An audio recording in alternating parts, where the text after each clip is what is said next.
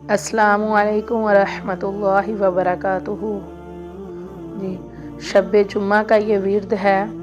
آئے ہم پہلے اس ورد کی اس درود پاک کی فضیلت و برکات سنتے ہیں، پھر اس درود پاک کی طرف آتے ہیں۔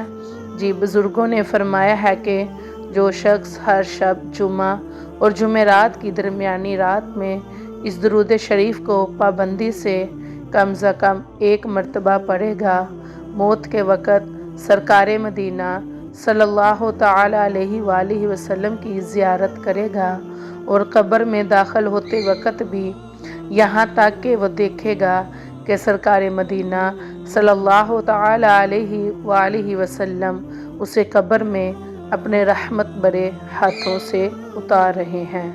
سبحان اللہ، ماشاءاللہ۔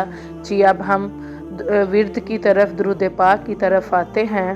درود پاک یہ ہے: اللہم صلی وسلم وبارک علی سیدنا محمد النبی الامی الحبیب العالی القدر العظیم الجاہ وعلی آلہ وصحبہ وسلم۔